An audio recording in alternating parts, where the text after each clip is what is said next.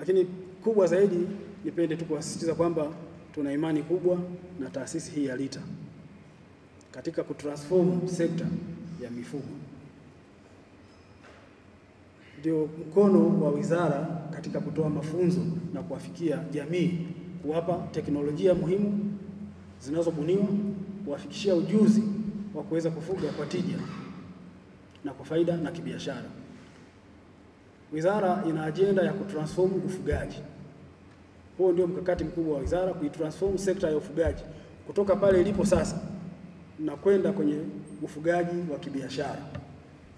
Ninaamini, na bahati nzuri nilishiriki pia katika maandalizi ya mtaala ule, nimeona kozi nyingi zilizowekwa kule ni za kuhamasisha kuwekeza katika teknolojia,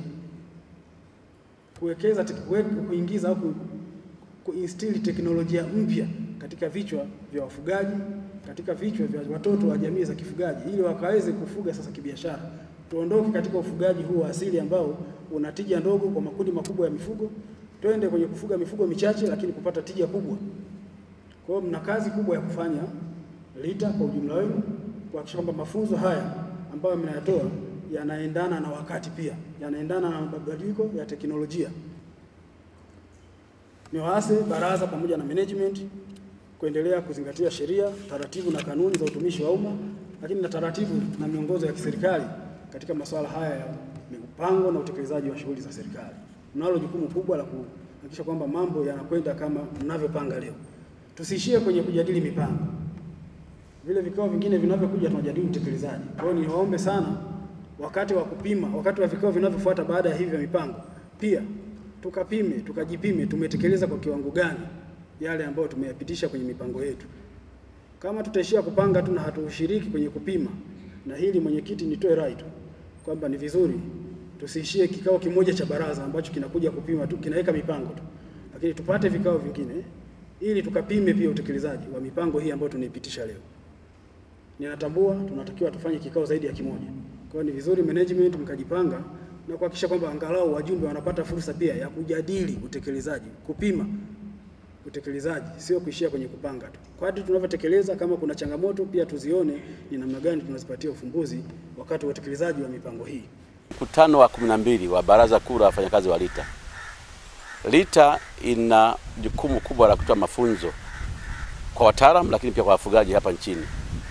Na LITA inaundwa na kampasi 8 za wakala ambazo zimetawanyika nchi nzima.